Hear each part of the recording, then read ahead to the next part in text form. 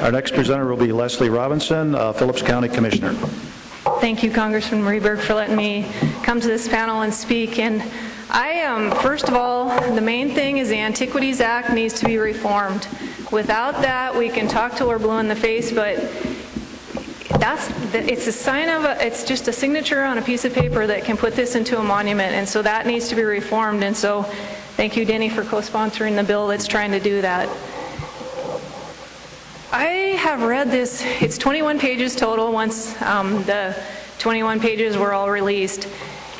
And everybody needs to read that. I know it's on the Great Falls Tribune website. You can go on there and look under Treasured Landscapes, and you need to read it because the vision for the next 25 years on this vision statement could have a huge impact on the entire state of Montana, actually the whole United States. They talk a lot about coordination with federal, state, and tribal governments, but not one mention of coordinating with local government. They talk about coordinating with federal, state, and tribal landowners, not one mention of coordinating with private landowners.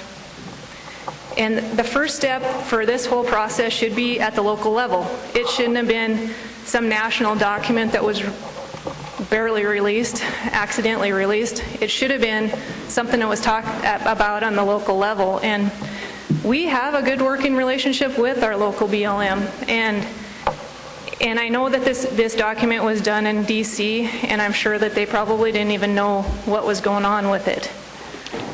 There's a lot of talk about consolidating its fragmented land base, and to Phillips County alone, we have about 1.3 million acres of BLM land right now.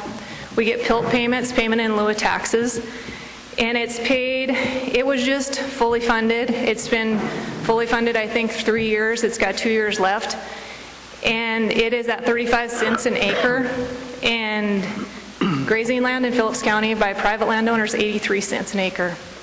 So if they remove, if they start purchasing adjacent properties to the BLM, I don't know how all the counties are, but pull out a map of the Phillips County. There's hardly any land that's not checkerboarded with BLM. So that would have a huge impact on our county. Not only that, but if you just lose one rancher,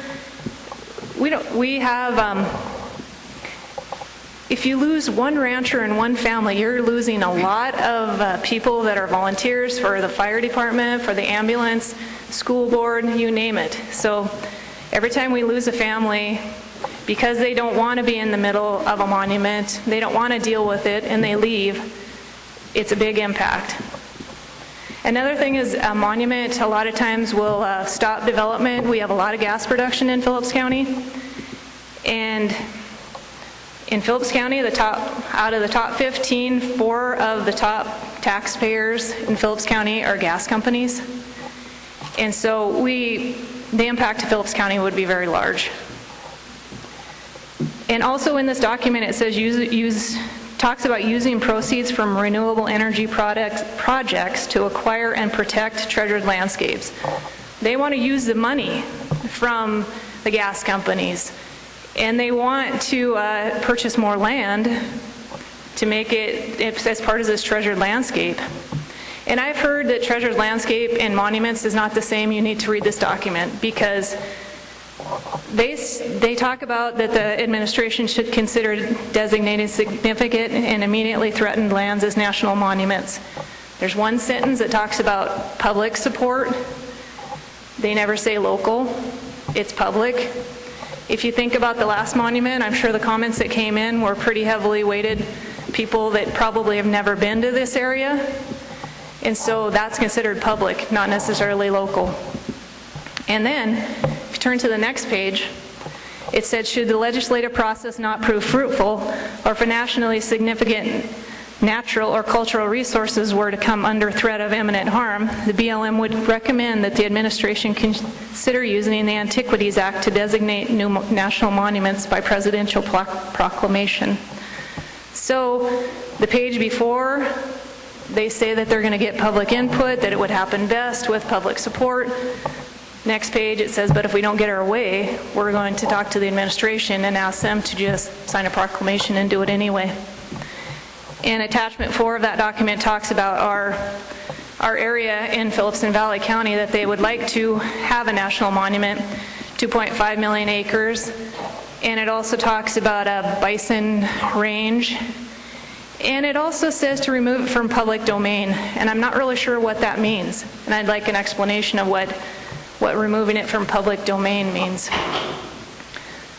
We've heard that it was just brainstorming. In fact, when I went back to a meeting in March in DC, right after the first, 15 through 21 pages were released, it was just internal brainstorming. Well, once the supporting documents, the emails were released, and I knew it before those were released, it was a lot of the World Wildlife Fund's ideas were put into this. And it wasn't internal brainstorming. It was a lot of outside influence, and it wasn't local influence. It was a lot of from the World Wildlife Fund. And so I would suggest that if you've not read these documents, to make sure and read them, because it's a 25-year vision, and it will have a big impact on everyone.